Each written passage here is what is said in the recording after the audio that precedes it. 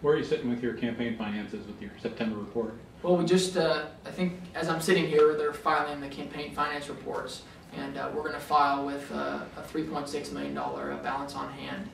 We had this campaign fundraising period raised $430,000, and one of the things that we're proud about is we have a much broader base of support than our opponent. The average dollar amount of our contributors is a lot lower.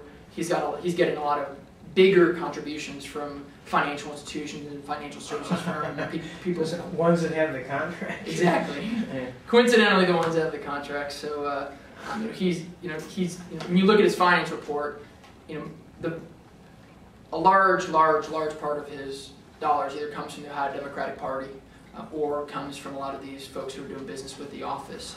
Whereas when you look at our finance reports, and I encourage you to go do a comparison, the vast majority, it's all on the Secretary of State's website, the vast majority of ours is just citizens.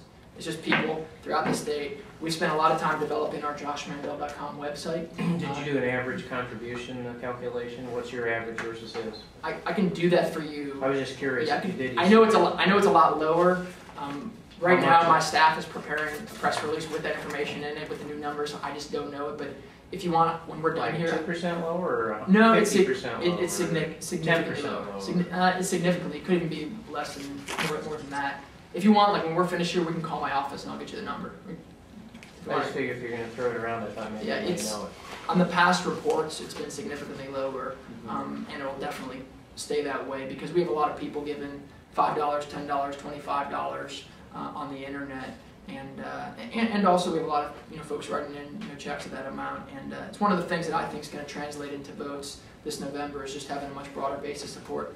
In addition to that, we have a lot more Democrats supporting us than he has Republicans supporting him, and it just sort of goes along with my record of working in a bipartisan manner. Our supporters is a good mix of Republicans, Democrats, and independents, and his is mostly Democratic operatives, Democratic Party, and folks who do business. What do you think you do that allows you to have bipartisan support, or what is it about you that encourages that, or how did you achieve that? Well, first, when I was running for state representative, I did a lot more listening than talking, and by knocking on all those doors and just taking around a steno pad and taking notes, I really soaked in a lot of information from people of all socioeconomic and political spectrums, racial or religious spectrums, and really, my district is just it's a good cross section. It's about 53% Catholic, very middle class,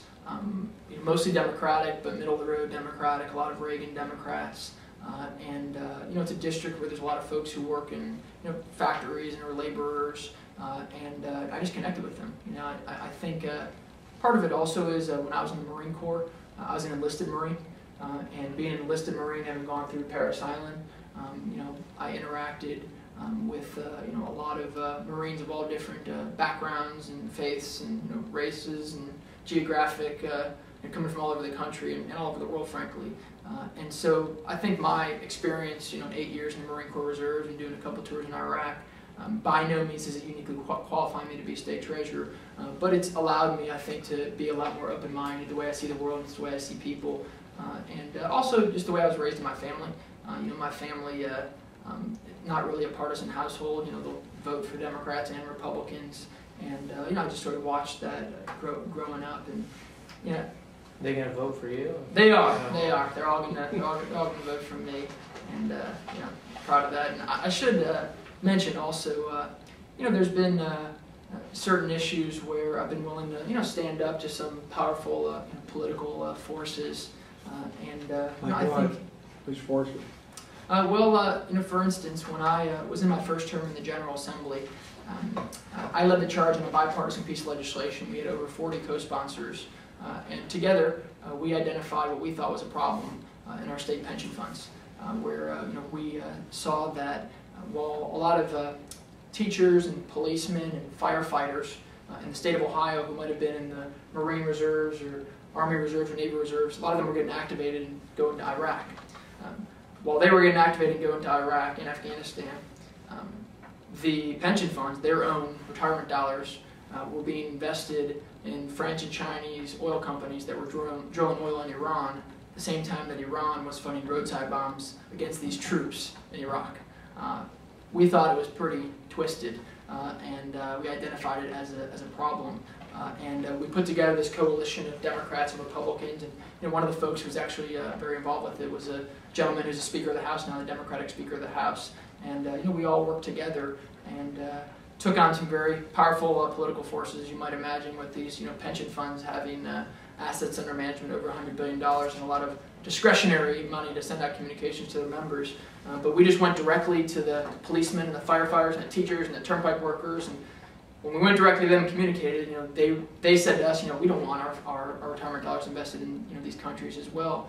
And we ended up being the first state in the nation where the pension funds began divesting from terror-sponsoring nations, and now there's about 20 states in the country who either have these type of policies in place or are moving down the pike. And it's something I'm very proud about, and it was a bipartisan bill, and there's some tough times in my life when we were going through that legislation because the funds, they'd send out postcards and emails and whatnot with your phone number and sort of flood you with communications, and it's very time-consuming to say the least, but we persisted and were successful. So that's one of those examples. I was also proud to vote for the legislation that created the Office of Chancellor of Higher Education. Governor Strickland has Eric Fingerhut in that position, and one of the things that Chancellor Fingerhut has talked about that I think both Republicans and Democrats agree is a good idea is applying basic economies of scale to funding of higher education. Currently, there's some plans underway and some changes occurring to create centers of excellence with our system of higher education. It used to be that the dollars were spread around like peanut butter, but for instance, in Northeast Ohio, where you have Kent State and you have University of Akron and you have Cleveland State, all within about 45 minutes of each other, there's just not the dollars to go around for every single one of those institutions to be offering the same PhD mechanical engineering programs and the same masters in physics and so on and so forth. And so there needs to be cooperation and collaboration, and I was proud to support that bipartisan piece of legislation. I also, at the State House, sort of rang the bell last year when we were told that there was a $2 billion operating budget shortfall. A lot of us on both sides of the aisle started asking the question, why didn't we know about this sooner? Because by Constitution, we have to pass a balanced budget by June 30th each year. And we started asking the question, why did we not know about this sooner? And the reality is it's the State Treasurer of Ohio who's the first person to know how those income tax returns are coming in. We know when you pay your taxes, you make it out to the Treasurer of the state of Ohio. And a lot of us have asked the current Treasurer, why didn't you tell us earlier? Why didn't you ring that bell? The silence has sort of been deafening. We haven't gotten an answer. And it's because I think he didn't want to make other folks in his party look bad. And I want you all to know, if I'm state treasurer, I'm going to make decisions based on what is best for the state, not what's best for the party, and not what's best for individuals who are in my party. I don't care. What I care about is just doing the right thing and just letting the chips fall and letting people make decisions based on that. We're at the end of our time, but I wanted to throw out one last question. Please. What, if you're elected, are you going to run for re-election? What are your long-term aspirations? Right now, my plan is to be elected state treasurer, do a darn good job, and then take it from there. I don't have any plans or visions beyond that. So right now it's be a good treasurer, definitely serve there for the first 4 years, and likely for run for re-election. But I'm not sure. A lot of that's going to be, I think, impacted by family situations as well. Alana and I want to start a family. We've been married a couple of years, and there's a lot of other variables at play. So it's tough to crystal ball out beyond that. But definitely want to be elected and serve for at least the full 4 years of the term. Okay. Thank you. I think we're at the end of our time.